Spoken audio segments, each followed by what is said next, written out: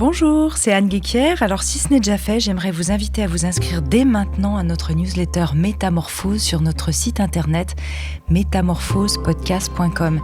Si vous avez envie de suivre les actus du podcast, de participer à nos conférences, de découvrir nos ateliers en avant-première, inscrivez-vous gratuitement, je vous l'envoie un mercredi sur 2.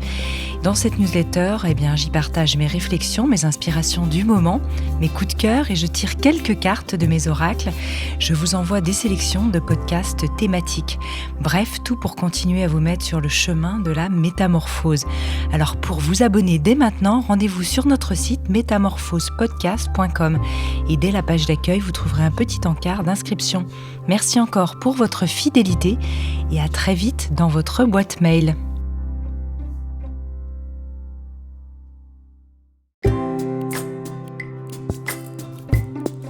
Bienvenue dans le Best-of Métamorphose, une série spéciale qui vous permet de découvrir ou de redécouvrir les épisodes les plus écoutés de Métamorphose.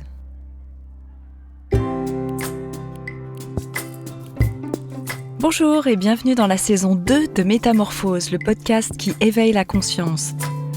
Je suis Anne Guéquière, fondatrice du magazine Féminin Bio, auteure et éditrice de projets engagés pour un nouveau monde. Chaque lundi, dès 7h, nous partons ensemble à la découverte d'un sujet lumineux, avec une personnalité qui porte une voix d'éveil des consciences.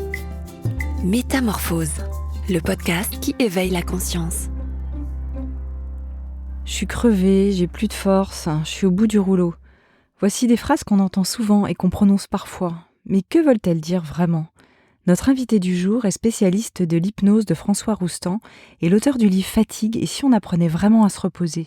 Ce spécialiste du surmenage distingue deux types de fatigue, l'épuisement physique et la fatigue psychique, aussi appelée le stress.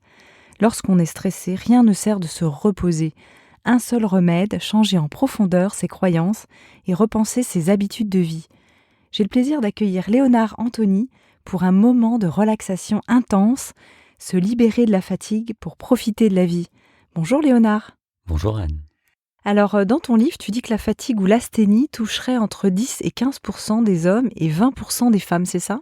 Oui, c'est vrai que c'est un sujet, et je pense que de l'expérience que j'ai depuis même la sortie du livre, je vois de plus en plus de gens qui prononcent ces mots-là. J'en parle avec des médecins, des thérapeutes, des coachs, etc. Et c'est un mot qui revient sous plein de formes différentes. Je suis fatigué. Je suis éreinté, je suis épuisé, et même la formule impersonnelle, ça me fatigue, cette chose qui est là et qui plane. Ouais, il y a quelque chose qui me fatigue. Alors il y a souvent un amalgame, et je le disais en introduction, entre la fatigue physique due au manque de sommeil par exemple, et la fatigue psychique qui est plus de l'ordre de l'épuisement nerveux en fait. Alors, moi je fais une distinction plus subtile de ça, parce que je crois que en réalité, si le sommeil est une source de fatigue, de mal dormir par exemple peut être une source de fatigue, on voit des gens qui dorment très bien et qui sont aussi fatigués. Et donc la relation entre la fatigue et l'individu, de mon point de vue, est à considérer de manière holistique. C'est-à-dire qu'on ne peut pas distinguer la fatigue mentale de la fatigue physiologique, faire une séparation parce qu'elles interagissent en permanence. Il y a des tas d'exemples qu'on pourrait étayer, mais c'est un dialogue tout le temps. Et à ça, il faut aussi évidemment rappeler qu'il existe une bonne fatigue, celle qui est liée à l'activité physique. Vous faites du sport, oui. Vous vous sentez bien, vous faites l'amour, vous êtes fatigué, vous vous sentez bien. Donc il y a des bonnes fatigues qu'il faut savoir cultiver, et la bonne fatigue vient aussi soulager la mauvaise fatigue. Alors quand on est, donc par exemple, quand on est stressé, ça sert à rien de dormir plus, ça va pas régler notre problème. En réalité, ce qu'il faut, par exemple, si on prend la question du sommeil, beaucoup de gens consultent leur messagerie juste avant d'aller se coucher. Un exemple tout bête. Et très souvent, les messages qui arrivent à 23h, c'est rarement des très bonnes nouvelles. Eh bien, ça va augmenter votre facteur de stress, en effet. Et si vous êtes stressé, vous allez emmener ce stress-là, la tension qui vient avec, au lit, et ça ne va pas s'arrêter. Donc, vous allez vous épuiser à ruminer, à y penser, à essayer de trouver des solutions. Or, à ce moment-là, il n'y a pas de solution qui va venir, et ça va déteindre sur le sommeil qui va être, lui, de plus en plus raccourci, qui va être interrompu en permanence pendant la nuit. Et pendant la nuit, donc, vous allez être fatigué de ne pas dormir, et vous allez être fatigué d'anticiper aussi la journée qui va suivre. Vous allez dire, mais comment je vais tenir ? Comment est-ce que je vais pouvoir résoudre les problèmes que j'ai ? Et donc, toutes ces facultés-là vont s'additionner, ces fatigues vont s'additionner, et on en sort encore plus épuisé avant même d'avoir commencé la journée. C'est un cercle vicieux. Absolument. Alors comment distinguer le j'en ai marre, je me sens impuissant, désespéré, tu le disais en introduction, et moi aussi, déprimé, épuisé, fatigué, coincé, tout ça sont des signes de fatigue, de burn-out, voire de dépression plus profonde. Alors comment est-ce qu'on met le curseur ? La première des choses, c'est qu'il faut bien considérer que la dépression est une pathologie et elle nécessite d'être diagnostiquée par un médecin et idéalement le médecin traitant ou le médecin psychiatre si le patient est référé à la personne. Donc ça, c'est un point qui est clé parce que la dépression est une somme d'un certain nombre de facteurs. On n'est pas dépressif parce qu'on est fatigué. On est dépressif parce qu'un diagnostic est posé et qu'un certain nombre de marqueurs vont être identifiés et accumulés. Oui. Donc ça, c'est une catégorie de personnes. Ensuite, il y a la question du burn-out, où on voit de plus en plus de personnes qui disent « voilà, je suis en train de faire un burn-out ». Là encore, il faut distinguer deux choses. Le burn-out, c'est un ensemble de facteurs. La fatigue ne suffit pas. Il y a des crises de larmes qui vont être associées, des comportements de nervosité. Donc là, c'est diagnostiqué par un médecin et souligné par la médecine du travail. Bien heureusement, dans un grand nombre de cas, nous sommes tous sujets à de l'agacement, de l'énervement lié à une surcharge de fatigue. La journée a été pénible. Je rentre le soir et là, il faut gérer la vie de famille. Et donc ça s'accumule et donc si la journée a été trop compliquée, je vais être épuisé et donc cet épuisement va faire que je ne suis pas disponible. Donc ça, c'est la fatigue de tout le monde. Et ça n'est ni l'antichambre du burn-out, ni la dépression, mais ça peut être aussi une source de déprime passagère qui va s'accentuer par exemple pendant des saisons comme l'hiver qui se prolonge ou quand on a des phénomènes de société comme on a pu voir avec les grèves. Tout d'un coup, les journées deviennent de plus en plus pesantes, plus lourdes. Mais cette question-là est essentielle. La question que tu poses est essentielle parce que beaucoup de gens que je reçois viennent en disant « j'arrive pas à me lever le matin, c'est donc que je fais un burn-out. J'arrive pas à me lever le matin, c'est donc que je suis en train de faire une dépression. » Donc, première des choses, c'est de se dire est-ce qu'il y a d'autres choses et si vous sentez, parlez-en à votre médecin. Oui. Mais s'il n'y a pas d'autres choses, décompressez, voyez comment votre vie peut se réarticuler autrement. Et là, il y a beaucoup de choses à faire. Alors toi, dans ton livre, justement, tu consacres un chapitre à chaque type d'épuisement que tu as identifié. Est-ce que tu peux nous les nommer comme ça ? Puis après, on reviendra sur certains. Eh bien, tu vois, je ne suis pas arrivé à construire ce livre par hasard. En réalité, je reçois depuis des années et j'ai vu que ce mot revenait tout le temps. Et moi-même, d'ailleurs, j'ai expérimenté des grandes fatigues, on pourra éventuellement l'évoquer. Mais donc, je me suis dit, OK, qu'est-ce que ça veut dire ? Et en fait, j'ai mis comme une espèce de pot de fleurs au milieu de la pièce. Et quand quelqu'un me disait, je suis fatigué, je mettais le marqueur qui correspondait.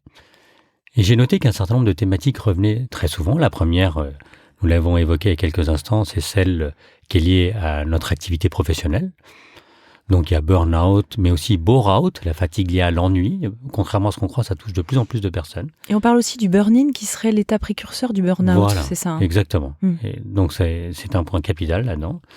La deuxième partie que j'ai développée, c'est celle liée à la solitude. Parce qu'on est paradoxalement dans un monde qui communique de plus en plus, mais où les gens sont de plus en plus seuls. Et en particulier dans des grandes villes, où on estime que près de la moitié de la population souffre de solitude. Donc, et on peut aussi être seul dans son couple. On peut être seul dans sa famille. On peut être seul parce qu'on est une personne âgée. Et cette fatigue-là, qui est liée à la solitude, est vraiment une fatigue qui pèse et qui revient très régulièrement. La fatigue qui en découle est celle liée à la famille. Parce qu'on s'épuise à vouloir faire plaisir à l'autre, à devoir gérer ses enfants et à s'oublier dans tout ça. Donc, il y a une vraie relation à la fatigue sur cette articulation-là. Il y a bien évidemment la fatigue liée au fait qu'on dort mal. Oui. La fatigue liée au sommeil. Je dors mal, mais je dors trop, paradoxalement. Et puis, j'ai une relation au sommeil qui est complexe. Je suis fatigué dans la journée, mais j'ose pas faire la sieste, alors que j'ai le temps de le faire. Dans des conférences que j'ai pu donner, j'ai pu voir un grand nombre de retraités, donc qui n'ont pas d'engagement, qui sont venus me voir à la fin de la conférence en me disant « Vous m'avez soulagé, je m'autorise maintenant à faire la sieste. » Excellent. Voilà. Oui. À cela, il y a aussi une autre fatigue qui est celle de notre temps, qui est celle liée aux objets numériques et en particulier au smartphone, qui est une source d'épuisement à plus d'un titre. Et on y reviendra. On y reviendra, tout à fait. Alors, le sous-titre de ton livre parle de profiter de la vie. Alors, j'aime bien parce que c'est se libérer de la fatigue, certes, et il donne bien plus que des pistes et des suggestions pour être moins fatigué, mais prône une réelle philosophie. Comment se réapproprier sa vie, son temps, au lieu de le subir ? Tu dis en fait être fatigué, c'est vivre avant tout. Est-ce une manière de dire que l'on ne doit pas chercher à éradiquer la fatigue coûte que coûte, mais plutôt à l'écouter, à la considérer comme un indicateur, un avertissement quelque part? Ce que tu viens de dire est fondamental. C'est le fond, d'une certaine façon, de la démarche qui a été de la mienne. Ça a été une découverte. Parce que comme tout le monde, moi, j'ai combattu la fatigue. J'ai cherché à m'en débarrasser. J'ai cherché à ne pas la voir même, à l'ignorer.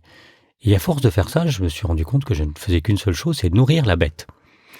Et en réalité, la fatigue dès lors qu'on lui accorde une importance, elle devient polymorphe et elle change de nature. C'est plus la bête qu'on nourrit, c'est un animal domestique qui est là pour te dire quand ça va pas, pour te dire quand il va falloir penser autrement, agir autrement, tu vois. Donc ça rejoint ta question initiale, penser et agir autrement. Et donc si on accorde une relation nouvelle à sa fatigue, si on accepte de la ressentir, d'entrer en lien avec elle, de nouer une relation, c'est pour ça que je dis faites-en une alliée. La fatigue est une amie qui vous veut du bien. Alors tout change. L'existence même va changer. Et cet espace que nous occupons dans notre quotidien, qui consiste finalement à courir tout le temps, on court tous tout le temps, et plus on habite dans des agglomérations à densité élevée, et plus on court vite. Eh bien, tout d'un coup, la relation va changer parce qu'on va commencer à regarder l'espace-temps autrement. Et la fatigue est la rampe d'accès à une modification de notre relation avec le temps dans lequel nous vivons, l'espace dans lequel nous vivons. C'est pour ça que je parle souvent d'écologie humaine. La relation à la fatigue nous ouvre à notre propre écologie, c'est-à-dire à notre propre maison, écho en grec. Et dès lors qu'on rentre en relation avec notre propre maison, par exemple, cette pièce dans laquelle nous enregistrons, eh bien, la relation que nous avons tous les deux à ce moment que nous partageons, ça nous permet de regarder la vie dans son intégralité, donc l'écologie du vivant, totalement différemment. La fatigue est une disposition au cœur de l'écologie du vivant, pour mieux vivre. Pour mieux vivre. Et petite parenthèse, moi je pratique un art corporel qui s'appelle le Wu Tao et dans lequel on parle d'écologie corporelle. Donc ça fait vraiment écho à ce que tu dis. Absolument. Oui. En France, tu dis qu'il y a souvent un concours, par exemple justement dans les entreprises, à celui qui sera le plus épuisé, et qu'il y a une sorte de signification. Si je dis que je suis crevée, c'est que j'en fais des caisses, des tonnes, et donc c'est que je dois être performant. Alors qu'en fait, c'est plutôt un indicateur de sous-performance. De dire que je suis tout le temps crevée, c'est que ça doit pas tellement bien marcher quelque part. Ben oui, parce que nous sommes le pays du présentéisme, par exemple. Les gens restent devant leur ordinateur, ils consultent les réseaux sociaux, mais bon, c'est pour être bien vu face aux managers. Et donc, on est rentré dans un schéma de l'absurde.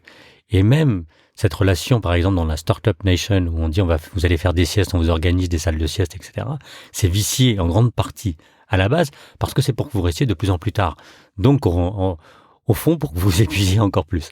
Oui. Mais c'est pas ça, la relation à la fatigue. C'est pour ça que moi, je prône en permanence les pauses et les siestes. Mais en tant que chef d'entreprise. Parce que j'ai constaté sur moi que si j'allais m'oxygéner l'esprit, si justement quand je suis fatigué par un sujet sur lequel j'ai passé 2 heures, une concentration élevée, à essayer de comprendre, résoudre, eh bien à un moment donné, il faut juste prendre l'air. Oui. Et prendre l'air, c'est quoi? C'est se mettre en mouvement, c'est souffler, c'est respirer, c'est se reposer. Et j'aime bien rappeler ce jeu de mots qui est qu'à force de faire des pauses, on se repose, donc on finit par dédoubler les pauses. Oui. Mais c'est exactement ça, le redoublement de la pause amène le repos, qui est la respiration dans la fatigue, et donc qui remet l'imaginaire en mouvement. L'imaginaire est une faculté que beaucoup de chefs d'entreprise et managers ont décidé de nier chez leurs collaborateurs comme puissance d'exploitation. Oui. En réalité, si on se repose, si on s'aère, eh bien peut venir le Eureka. Alors évidemment pas celui du génie, mais simplement celui qui permet de dire « Ah mais oui, attends, je vois les choses de travers ».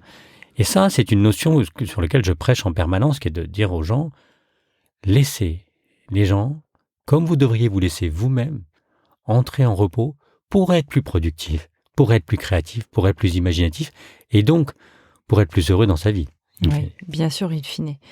Tu parles aussi beaucoup de l'épuisement familial. Est-ce que c'est le fameux burn-out des mères? Parce qu'on a vu dans les statistiques au début que les femmes sont un petit peu plus sujettes à la fatigue, en tout cas en déclaratif.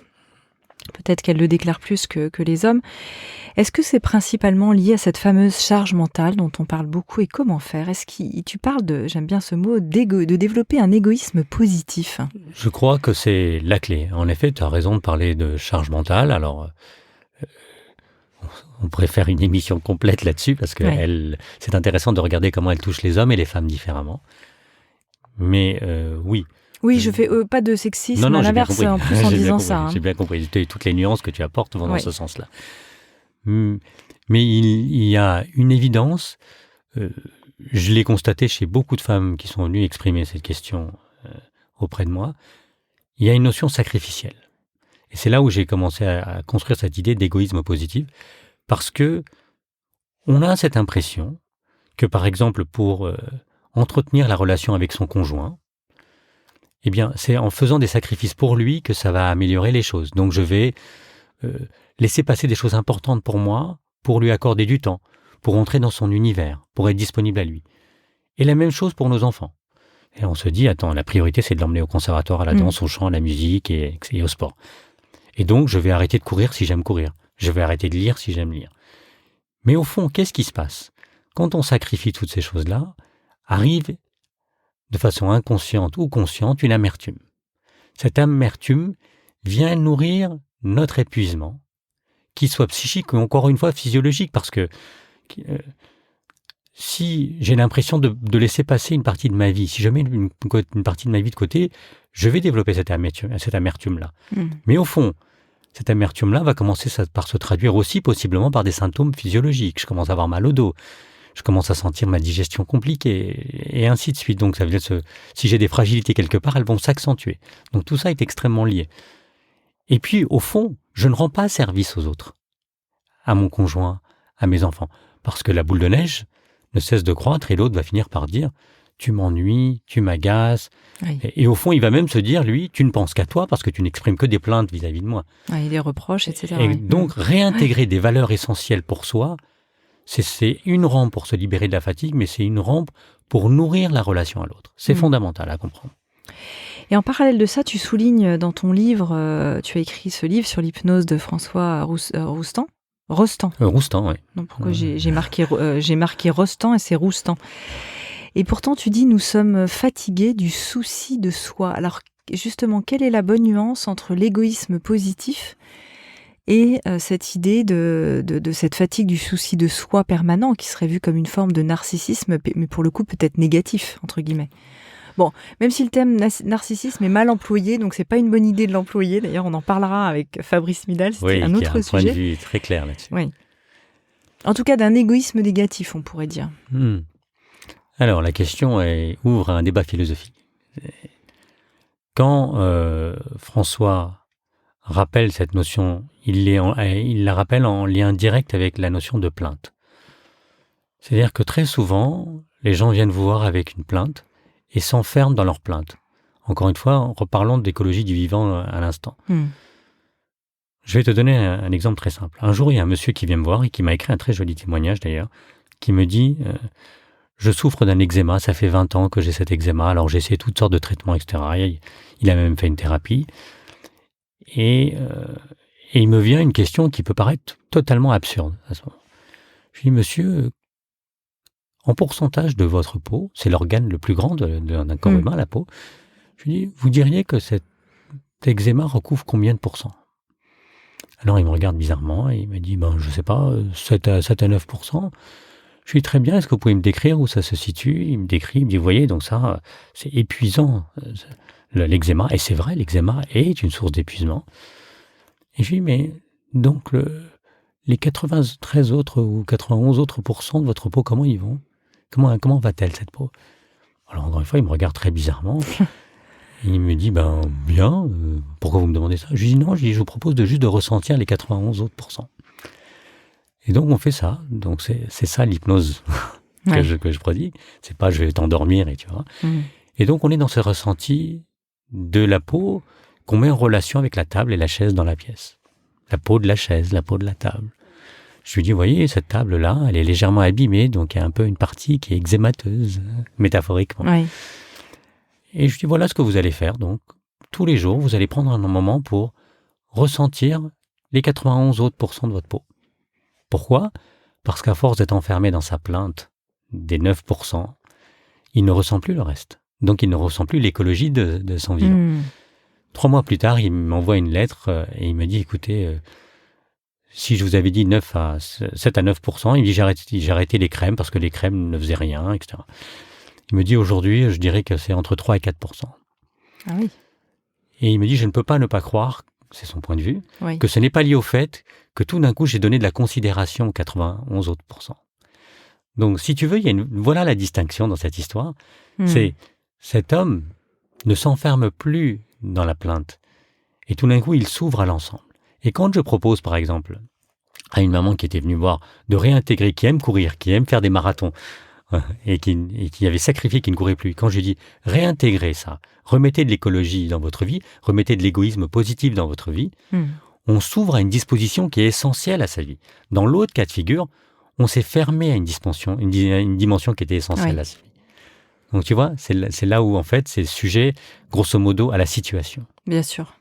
Alors tu es un spécialiste de l'hypnose du philosophe et hypnothérapeute François Roustan, je le disais tout à l'heure, qu'il appelait l'hypnose écologique. Qu'est-ce que c'est et en quoi cette hypnose peut-elle nous aider à nous libérer de la fatigue? Alors là, tu as donné un exemple concret d'un cas avec un patient que tu as suivi. Est-ce que tu peux nous donner plus globalement comment ça peut nous aider, ce que ça peut nous apporter, comment tu la pratiques en même temps? La première des choses, c'est que cette hypnose se fait sans effort. Ça, c'est une des dynamiques de Roustan. Il disait toujours les choses, ne rien faire et il n'y a rien qui ne se fasse. Mais ne rien faire, c'est quelque chose qui est assez complexe pour beaucoup de gens aujourd'hui. Et c'est pour ça que je parle maintenant, je m'affranchis des mots même d'hypnose, de méditation. Parce qu'en réalité, c'est revenir à une condition qui est propre aux mammifères. Je vais même plus largement que ça. Tu regardes un chat, il sait se prélasser et rien faire. Si on regarde, il y a quelques générations, les gens savaient rester près d'un olivier, regarder l'olivier. Ou même tu vas dans certaines cultures, tu te balades et tu vois les gens, ils sont assis sur un banc, ils regardent ce qui se passe. Enfin, ils sont pas. Exactement. Ouais. Ils entrent dans une relation que nous avions enfant, qui est celle de la contemplation. Oui. Regarder la lumière passer entre les feuilles. Mais au fond, de s'accorder le temps d'entrer dans cette disposition nous fait rentrer naturellement dans une forme d'hypnose.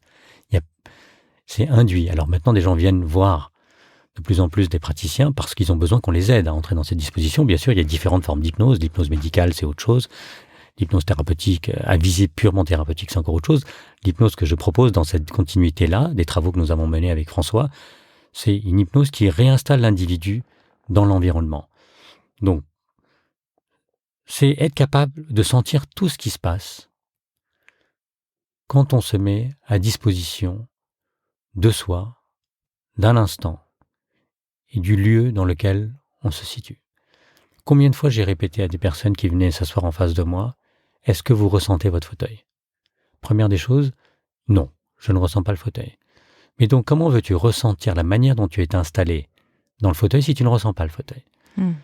Et donc, de ressentir le fauteuil nous amène à ressentir la façon dont nous sommes installés. Et la façon dont nous sommes installés est une disposition à la façon dans laquelle nous allons nous installer dans notre existence. Je le fais en même temps que tu le dis, ça me fait du bien. Je me dis, mais en fait, je croise les jambes, c'est assez inconfortable. Tiens, je vais changer de posture. Et voilà. Tout d'un coup, tu te dis, bah tiens, je recroise d'une autre façon et je repose ma jambe. Et tout d'un coup, si je repose ma jambe autrement, eh bien, je repose ma façon d'être même dans la vie. Tout d'un coup, je peux ressentir autrement tout ce qui se passe. Et le corps est un indicateur, est un point de passage même de nos idées. Combien de fois j'ai reçu une personne qui me disait « Je suis épuisé » à l'arrivée, avachi. Et je lui disais, une fois après lui avoir fait ressentir le fauteuil, je lui disais bah, « Maintenant, vous pourriez vous redresser un peu. » Parce que en vous redressant, vous donnez la possibilité à toute la fatigue qui est bloquée dans vos têtes de descendre dans vos pieds. Et comme une prise de terre, vous pouvez la laisser entrer dans le sol sur lequel vous reposez. Et de faire ça et d'entrer dans cette relation-là, donc c'est ça à quoi nous invite l'hypnose, nous permet de faire comme l'antenne posée, de laisser la fatigue s'écouler à travers de nos pieds dans le sol. De laisser la fatigue aussi, c'est ce que je dis dans le livre, je raconte une histoire où je dis « Ne soyez pas égoïste, ne gardez pas tout dans votre tête, partagez-la avec vos bras et vos ongles. » Et tout d'un coup, paf, la fatigue diluée, eh bien, n'a pas le même poids. Et est-ce que c'est cette manière de revenir à la simplicité? Tu parles du peintre Miro qui disait « Conquérir la liberté, c'est conquérir la simplicité ». Ou alors, dans ton livre avec François Roustan, Rien faire où tout peut émerger, ce que tu disais tout à l'heure. Être vraiment dans ce rien, c'est complexe pour nous. Oui, parce qu'on a perdu ça. Encore une fois, les bébés le font. Hein. Ils restent dans le lit, ils regardent le plafond. Donc, c'est une faculté que nous avons. Et donc, c'est renouer avec elle qui est important. C'est de se dire, comment est-ce que je rappelle ça ? Et rappeler ça passe par plein de façons de faire différentes. La méditation en est une, un art martial peut en être une autre, d'aller se promener dans les rues. Moi, combien de fois je propose à des gens en disant, vous allez simplement marcher dans la rue, et puis vous allez regarder le sommet des immeubles, ou les arbres, ou le sol. Mais vous allez le faire en ralentissant. Parce que, en réalité, notre société souffre de l'accélération permanente dans laquelle nous sommes. Et réapprendre à ralentir, c'est la porte d'entrée dans le rien faire. Pour beaucoup de gens, entrer directement dans le rien faire est difficile. C'est pour ça que j'ai aussi distingué deux notions avec le temps, qui est rien faire et faire rien. Faire rien, c'est entrer dans une relation dynamique avec le rien, puisque je vais faire rien. Rien faire, il y a presque une notion passive, qui peut effrayer. Mais donc là, je me dis, maintenant, je vais prendre un moment pour faire rien. Sans mon téléphone portable, évidemment. Oui. Parce que beaucoup de gens viennent et disent, ah oui, mon adolescent, il fait rien toute la journée. Et j'en dis, mais il fait rien vraiment ? Oui, il passe tout son temps sur Snapchat. Ah, je dis, donc il n'est pas en train de faire rien. Oui, c'est ça, c'est très vrai. Est-ce que c'est ça aussi que Roustan appelait se mettre en communication avec son monde ? Absolument. C'est-à-dire de faire rien, c'est l'entrée dans la multitude des perceptions. C'est-à-dire que de se mettre en communication avec son monde, au fond, derrière cette idée, il y a entrer dans un monde où tout communique. Où tout d'un coup, quand moi je reçois quelqu'un, je l'invite à faire rien, je l'invite à entrer dans un champ de perception élargi, où tout d'un coup il va sentir au-delà des 5 sens, où tout d'un coup il va entendre des choses qu'il n'entend pas, par exemple le cliquetis d'une horloge, qui va rythmer une dimension temporelle différente. Tout d'un coup il va sentir la température de la pièce. Il va sentir le fauteuil, il va sentir derrière les murs la vie qui jaillit de partout. Et c'est ça d'entrer dans un monde où tout communique, où les perceptions sont des vecteurs d'où peuvent jaillir des solutions sans jamais avoir à les chercher. C'est aussi ce que tu appelles accorder la symphonie accorder nos mouvements à la symphonie du monde.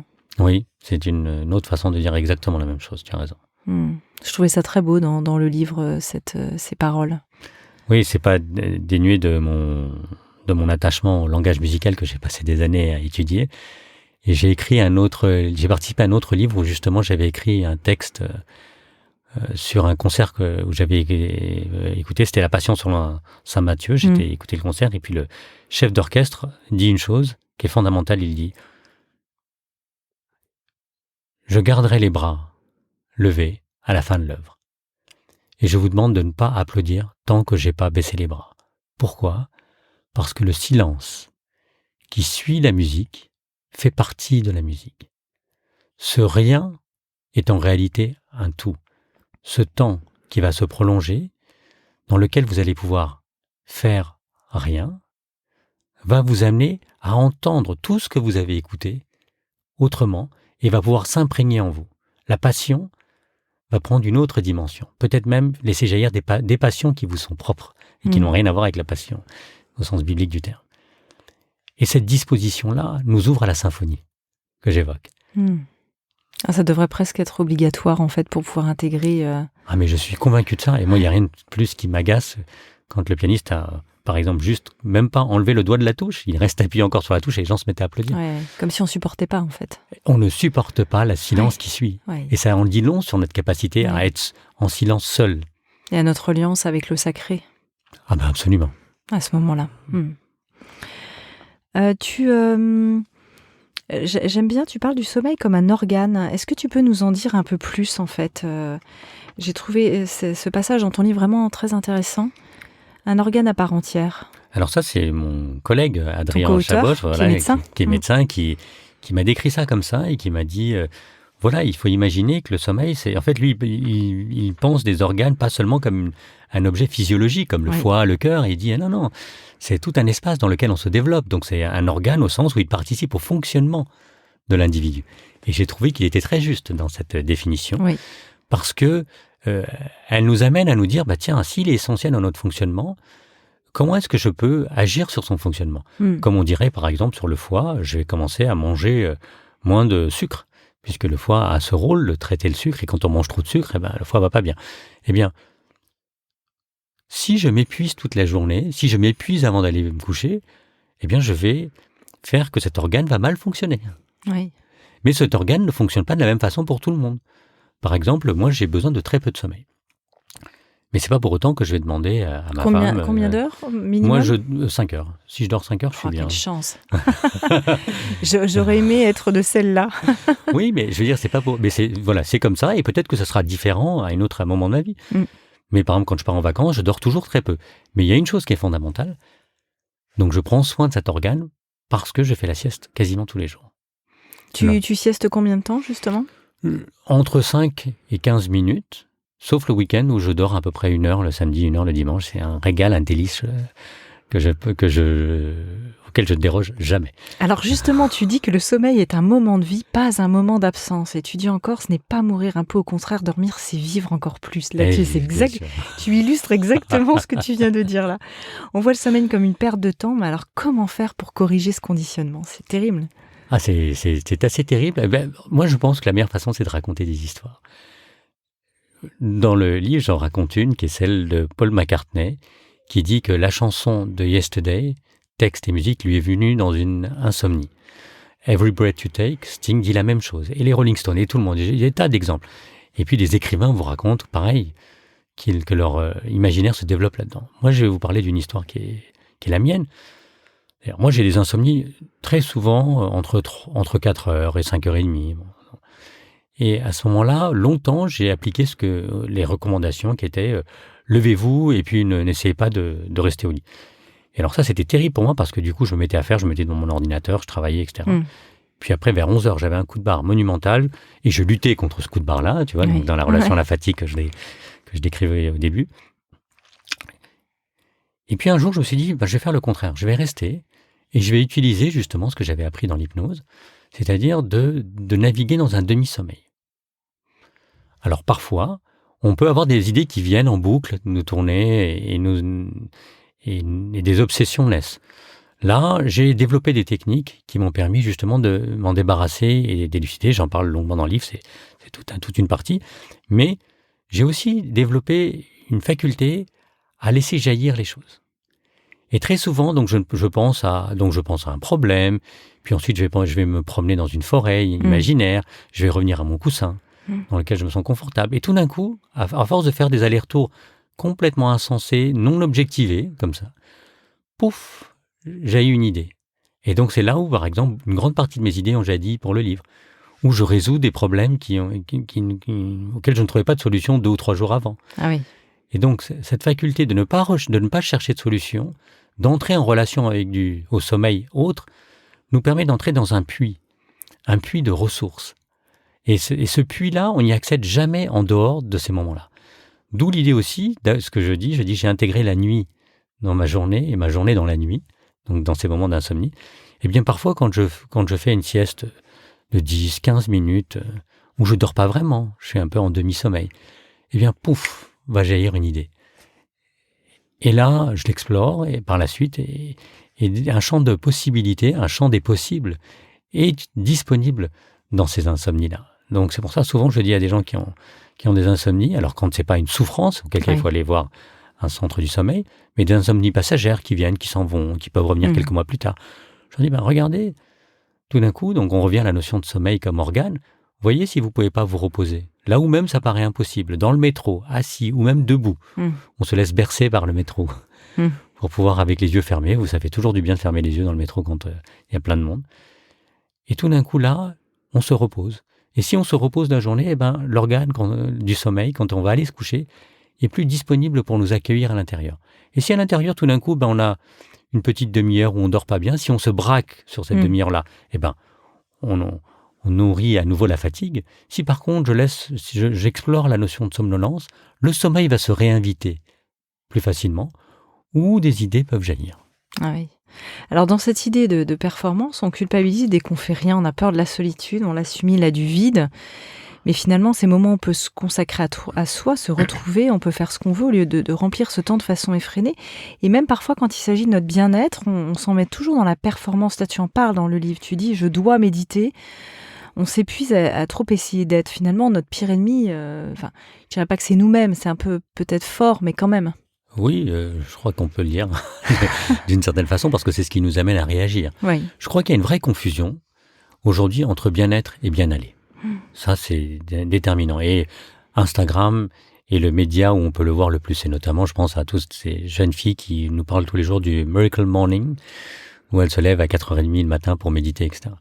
Si ça leur convient et ça les rend heureuses quand elles sont à Bali, formidable. Ouais. Mais est-ce que ça doit devenir une injonction pour toi ? Est-ce que tu dois essayer absolument de les imiter parce que ce sont devenus des modèles, des nouveaux gourous, où on se dit « Ah ben non, mais attends, si je médite pas à 4h30 le matin, j'ai raté ma vie, quoi. Ouais. J'ai raté ma journée. » Et donc, ça devient une pression. Et toutes ces pressions-là deviennent des sources de fatigue, là où, a priori, la méditation à 4h30 le matin, qui a lieu dans la forêt du Kerala, par exemple, ouais, est faite parce que tu t'éveilles avec la nature. Tu viens, tu t'installes, tu ne fais rien. Et à partir de ce moment-là, quand la nature est en train de s'éveiller, tout d'un coup, paf, il y a un deuxième éveil qui a lieu. Mais dans ta chambre, c'est pas toujours évident. Bon. Dans ta chambre, quand il fait nuit, sans les bruits de la nature, au cœur de l'hiver. Et t'entends la voiture qui klaxonne derrière. Ouais. Dans la... Donc c'est là aussi, il y a à nouveau une écologie à construire. C'est-à-dire qu'il ne faut pas se rajouter des injonctions. Si faire du yoga, ça te fait du bien, fais le yoga. Mais si ça te fait pas du bien, ne fais pas du yoga. Mais va te promener ou écoute de la musique. Installe-toi un moment où, justement, tu coupes tous tes médias et tu rentres en relation avec toi-même. L'idéal, progressivement, en effet, c'est d'explorer sa solitude. Il me revient une histoire d'une jeune femme qui était venue me voir et qui me dit « Voilà, je viens vous consulter parce que mon mari n'en peut plus. » Je lui dis « Très bien, qu'est-ce qui va pas ?» Et elle me dit « Je ne peux pas rester sans lui. Même une journée, c'est trop. » Et donc, elle avait besoin de lui en permanence. En permanence. Donc un attachement très très fort à son mari. Évidemment, ça pèse sur son mari qui n'en pouvait plus. Et donc la première chose que je lui propose... C'était une sangsue, quoi. Ouais, je lui propose d'aller marcher seul un quart d'heure tous les jours. Voilà. Donc ça, elle y arrive. Très bien. Mais ça ne change rien. Et un jour, je lui dis, madame, je ne vois pas d'autre solution. Vous proposez que de vous inviter à partir un week-end seul.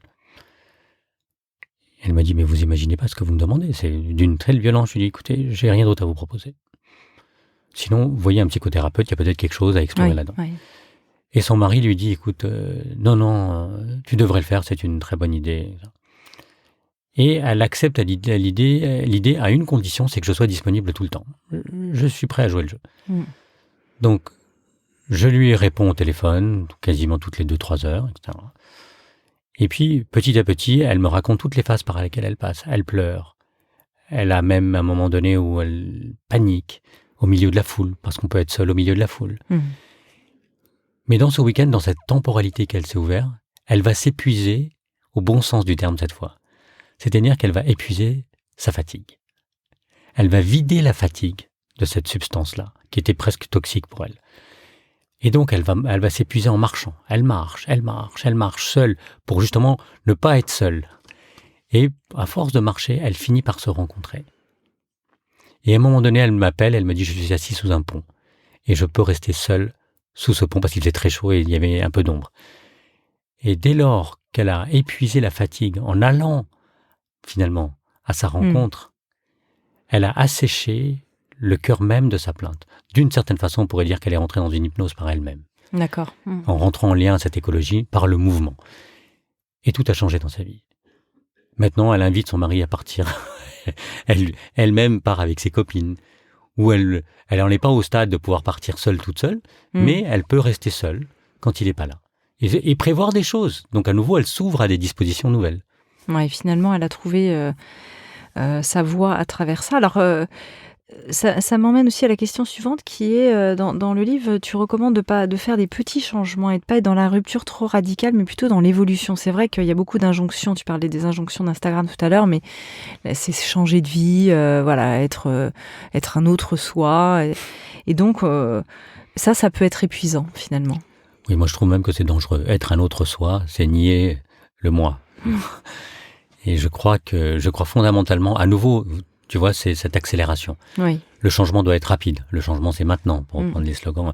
Donc, on a toutes ces idées que le coup de baguette magique, Vite, le vite, claquement, tout doit être fait vite. Or, moi, je crois vraiment, alors à part si on est dans une situation de danger, où là, c'est une réaction, et là, la réaction peut être positive. Encore une fois, si on revient à l'étymologie de la situation, la fatigue est un signal pour nous dire d'arrêter. Mais le stress est un très bon facteur. Quand on est Cro-Magnon et qu'on doit échapper à l'ours qui veut te manger, tu as une montée d'adrénaline, tu cours, le stress est un facteur positif. Le problème, c'est qu'aujourd'hui, on n'arrête plus. Donc, on est devenu le hamster. Bon.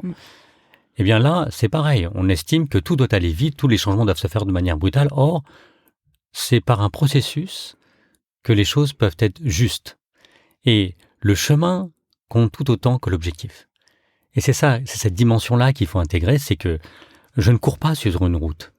J'emprunte la route. Si je ne ressens pas la route dans laquelle je m'installe, alors je ne sais pas où je vais. Je perds même l'objectif. Et c'est cette dimension-là qui est importante parce que je vais m'épuiser sinon à courir sur la route parce que tout le monde n'est pas marathonien. Ouais.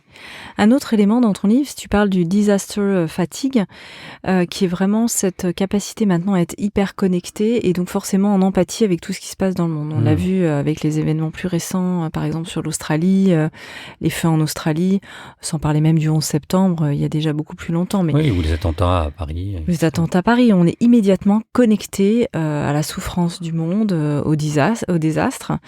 Et finalement, ça attaque notre équilibre nerveux, notre état psychique en fait est entaché de cela. Absolument. Et c'est un vrai souci parce que le téléphone portable qu'on pourrait considérer comme un nouvel organe, pour continuer dans la métaphore, parce qu'on lui substitue notre mémoire, on lui substitue notre capacité à nous orienter, et ainsi de suite, tout ça va ne cesser que d'augmenter, fait que c'est un lien direct avec notre psychique et notre existence, au sens large du terme.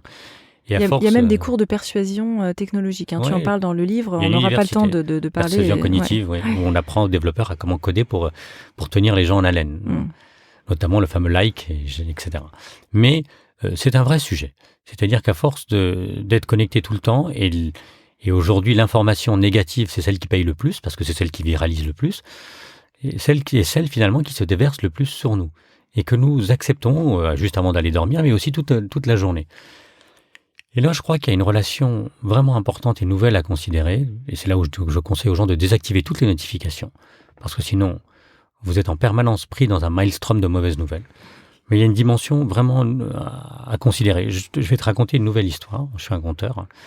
Un jour, je reçois un monsieur qui vient me voir dans la maison d'édition où je publie des livres, et c'était juste après les attentats de Charlie Hebdo.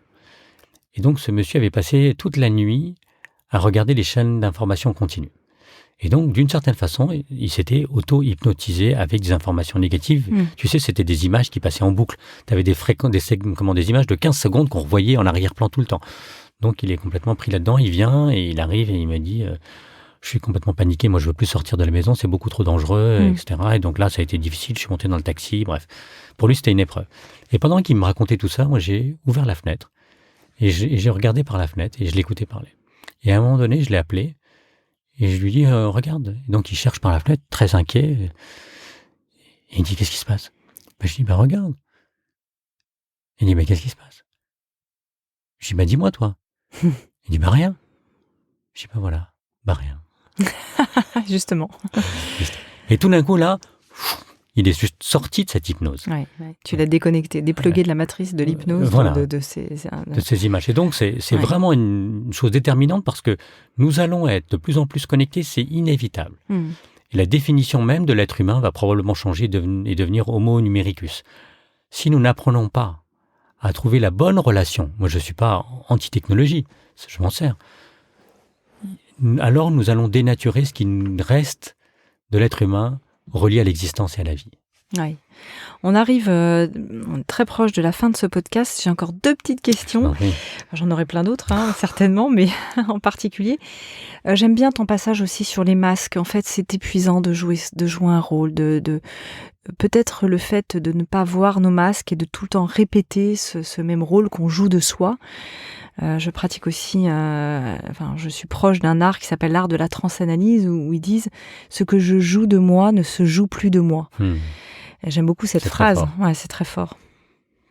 Qu'est-ce que ça t'évoque, cet épuisement lié au masque dont tu parles également? C'est amusant que tu poses la question parce que je réfléchissais à ce sujet-là il y a quelque temps encore et en lien avec moi-même, déjà. Souvent, on est amené à faire des choses qu'on ne veut pas faire. C'est la vie. Tu vois, on est obligé de faire des compromis. Et c'est normal. Mais parfois, on va plus loin. On est amené à faire des choses qui ne nous correspondent pas. Ou à accepter de subir des choses. Et comme tout le monde, je l'ai fait ça.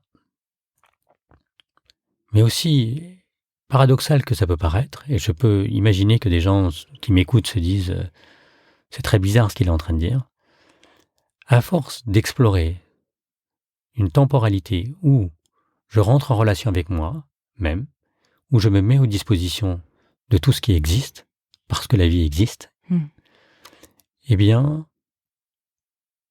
j'entends la résonance de ma propre existence avec la globalité de l'existence, la globalité du monde. Et plus on entre dans cette relation-là, et plus ce qui n'est pas acceptable, nous ne l'acceptons plus. Et ça se fait encore une fois sans le moindre effort. Donc il me semble indispensable de rappeler aux gens à quel point il faut renouer avec le vivant. Parce que de renouer avec le vivant nous permet de renouer à ce qui nous maintient en vie. Et ce qui nous maintient en vie fait que tout d'un coup on se sent juste à sa place. Et si on se sent juste à sa place, on envoie, comme un mammifère, un signal à l'autre qui est en face de soi et qui essaie d'être presque un prédateur. Non, sans avoir à dire non. Et en conclusion, j'aime bien une phrase de ton livre, « On ne gagne pas contre la fatigue car il n'y a pas de bataille à mener ». Oui, c'est ça, absolument. C'est plus on fait de la fatigue une alliée, plus on se met à vivre. Donc il n'y a pas de bataille. Parce que la bataille ne nourrira qu'une seule chose, l'épuisement. Merci beaucoup. C'est avec plaisir. Léonard Anthony, merci infiniment. Je rappelle le titre de ton livre, Fatigue et si on apprenait vraiment à se reposer, aux éditions Flammarion Versilio. Et qu'est-ce que l'hypnose de François Roustan aux mêmes éditions. Et n'oubliez pas de prendre du temps pour vivre, les amis qui nous écoutez. Eh bien oui, sans temps, on ne peut pas vivre. Sans temps, on ne peut pas vivre. Je fais un petit merci personnel à mon amie Florence qui a lu aussi ton livre, avec qui on a discuté en fait de tous ces sujets et ça a été vraiment très intéressant de faire du ping-pong avec elle qui avait vécu un état de fatigue assez important, d'en discuter aussi. Merci Léonard. C'est moi qui t'en remercie. Merci de nous avoir écoutés. Découvrez en avant-première la personnalité de la semaine sur le compte Instagram Métamorphose Podcast. Si vous aimez ce podcast, favorisez sa diffusion en lui donnant 5 étoiles sur Apple Podcast ou sur votre plateforme de podcast préférée. Et surtout, abonnez-vous pour suivre tous les épisodes gratuitement. Métamorphose, le podcast qui éveille la conscience.